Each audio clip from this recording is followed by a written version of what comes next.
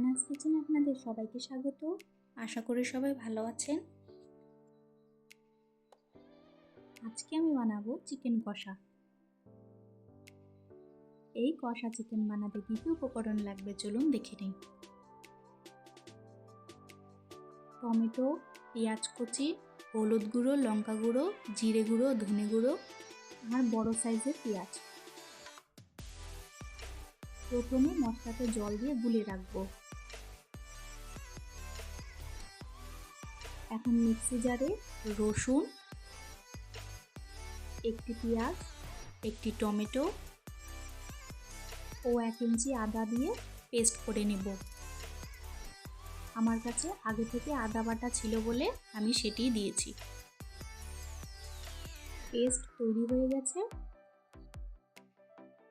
আমি আজকে 1 কিলো মাংস নিয়েছি। ভালো করে ধুয়ে পরিষ্কার করে নিয়ে সামান্য নুন, হলুদ, লঙ্কা গুঁড়ো, 1 চামচ আদা রসুন বাটা ও 2 চামচ তেল দিয়ে ভালো করে মেখে রেখে দেব।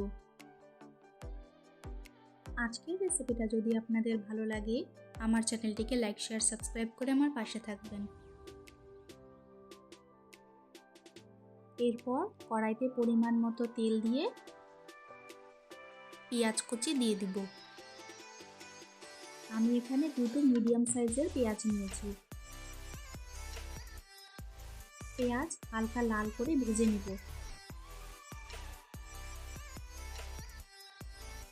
হালকা লাল করে ভাজা হয়ে গেছে। এখন আমি মিক্সিতে করা পেস্টগুলো দিয়ে দিব।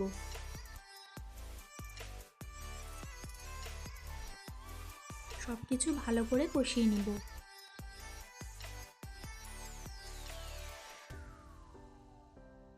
এই চিকেন কষা খেতে কিন্তু দুর্দান্ত হয়। আমার রেসিপিটা ফলো করে একবার এইভাবে চিকেন কষা বানিয়ে দেখুন, আশা করি ভালো লাগবে। এখন আমি মিক্সি জারটা ধুয়ে অল্প করে জল দিয়ে দিব।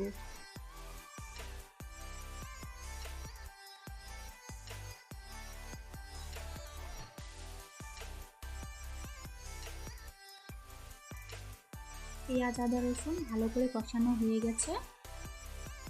এখন আমি গুলে রাখা মশলাটা দিয়ে দেব। মশলা দিয়ে ভালো করে কষাতে থাকবো তেল ছাড়া অবধি।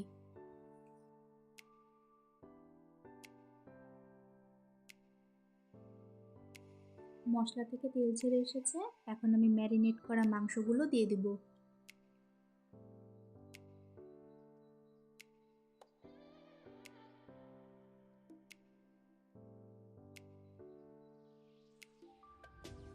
মাংসগুলো ছেড়ে দিয়ে ভালো করে কষাতে থাকবো।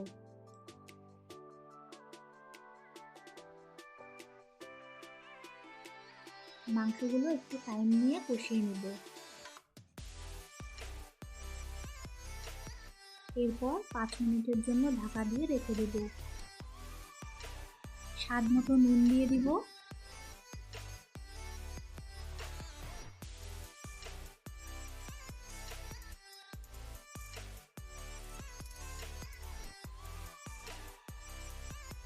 মাংস থেকে জল ছেড়ে এসেছে।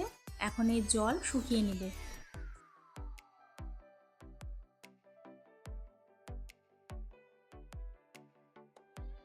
আমি 15 মিনিট ধরে কষিয়ে নিয়েছি।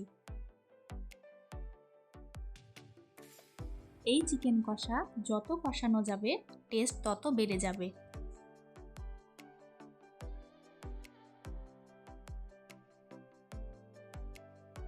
আরও 5 মিনিট মতন কষানো হয়ে গেছে। ব্যাস তৈরি হয়ে গেল আমাদের আজকের রেসিপি চিকেন কষা। এই চিকেন কষা রুটি, পরোটা, ভাত, পোলাও সব কিছুর সাথে ভীষণ ভালো লাগে। আজকের ভিডিও দেখার জন্য আপনাদের সবাইকে অনেক ধন্যবাদ। সবাই খুব ভালো থাকবেন।